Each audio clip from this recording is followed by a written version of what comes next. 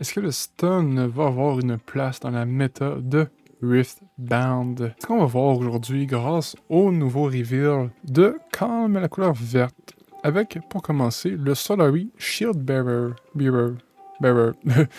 Un 3-2 commun, qui dit lorsque vous me jouez, étourdissez, c'est ce que je veux dire, une unité, pourquoi pas.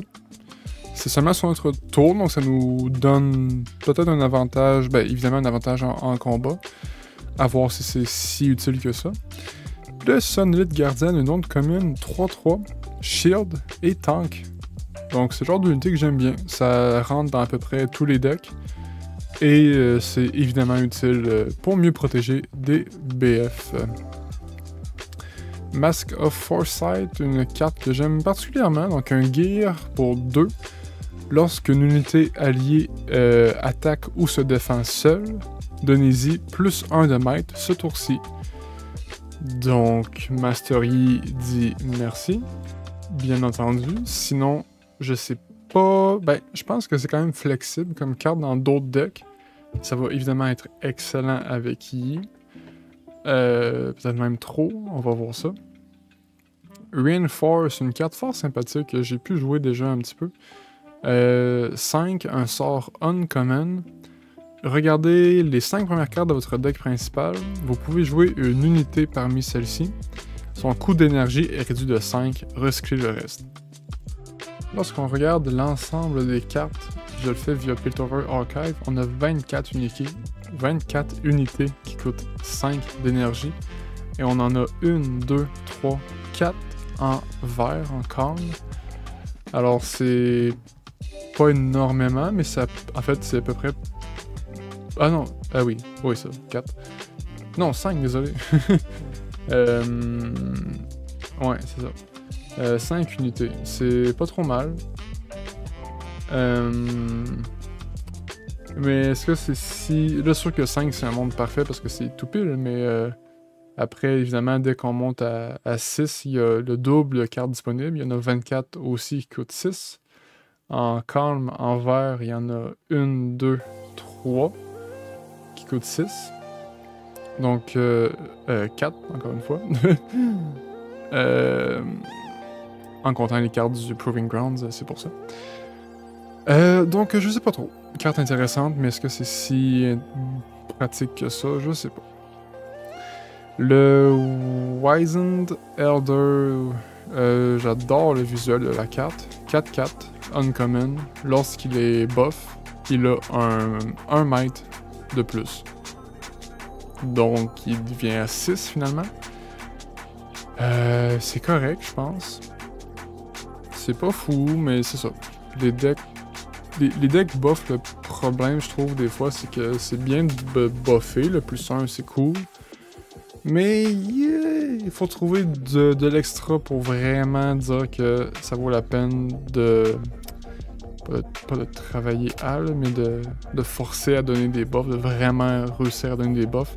Ben là, lui donne vraiment un bonus intéressant avec ça.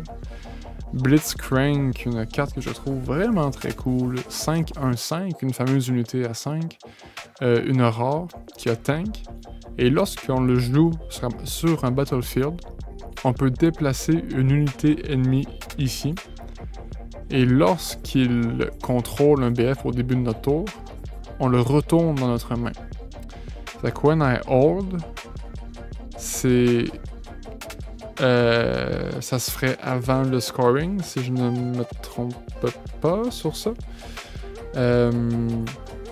Ou peut-être que ça se fait après le scoring, je sais pas trop. C'est des petits timings comme ça que je suis pas encore certain. Mais donc évidemment c'est très cool d'avoir 2 unités sur le même BF si on joue avec Blitzcrank. Mais j'adore sa deuxième ligne de texte. Forcer un showdown contre n'importe quelle unité adverse, c'est vraiment très bon. Puis il y a une bonne stat aussi. C'est sûr qu'il est tank, c'est le léger problème. Parce qu'on aimerait sacrifier une autre unité en premier, mettons. Mais on va s'en servir pour déplacer des 4 de might et moins, je pense, majoritairement.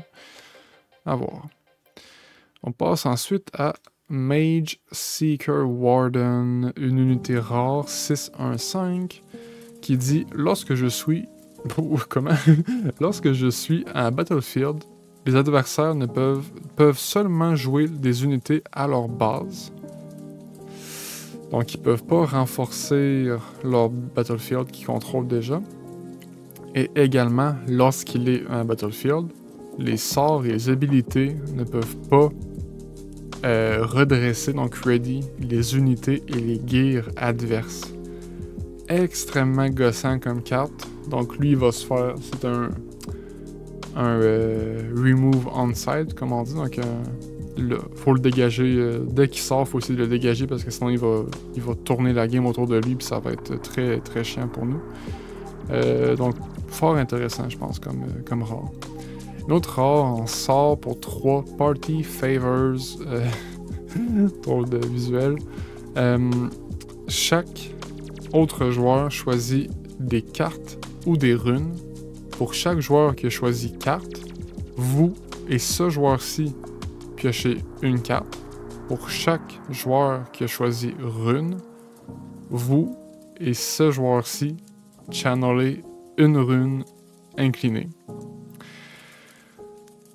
Bon, c'est très rigolo, mais c'est pas vraiment compétitif comme carte. Il y a sûrement des situations que je vois pas vraiment tout de suite que c'est extrêmement fort. Parce que peu importe le choix que l'adversaire va faire, les adversaires, ça va nous bénéficier. Donc je sais pas trop sur ça. Contrairement à Solary Shrine, un gear pour 3 rares également. Lorsque vous éliminez une unité adverse qui était étourdie, vous pouvez incliner ceci, donc le Shrine, pour piocher une carte.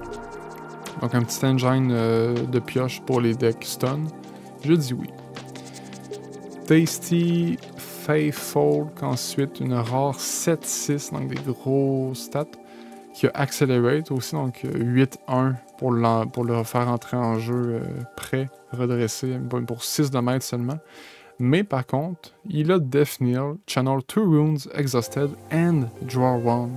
Donc lorsqu'il se fait éliminer, on ajoute 2 runes, oui, ils sont pas prêtes, mais quand même, et on pioche une carte. C'est beaucoup de value sur un Death Knell. Il va être joué, je suis presque convaincu. C'est peut-être tard un peu, mais je pense que c'est très bon. Et on termine avec Mystic Reversal. Possiblement, personnellement, encore une fois, je le dis souvent, j'ai l'impression, mais quand même une des plus belles cartes du jeu. Une épique. 4-3, donc c'est très cher pour un sort, mais quand même. En vitesse réaction en plus. On gagne le contrôle d'un sort qu'on target, donc. Vous pouvez faire des nouveaux choix pour celui-ci. Donc, par exemple, prendre contrôle de Falling Comet. Prendre contrôle de... Tu peux faire, c'est vraiment pas un bon exemple, désolé. Prendre contrôle de Singularity. Prendre contrôle de Uncheck Power. Non, désolé, ça fait absolument rien, ça. Time Warp. Wow, comment ça marche avec Time Warp? Je vais pas commencer à me mélanger, à rien comprendre aux effets des cartes tout de suite. Mais bref, il y a beaucoup de gros sorts, des sorts de taille, disons, moyenne, qui sont des belles cibles pour Mystic Reversal. Alors, j'ai hâte de voir. J'ai très hâte de voir cette carte-là. Mais c'est tout pour Calm, donc on connaît toutes les cartes. Alors, je vous dis merci beaucoup d'avoir écouté, si vous êtes encore là. Laissez un commentaire, laissez un like, abonnez-vous, ça m'aide énormément. On vise les 100 d'ici à la sortie du jeu. Et moi, je vous dis à la prochaine.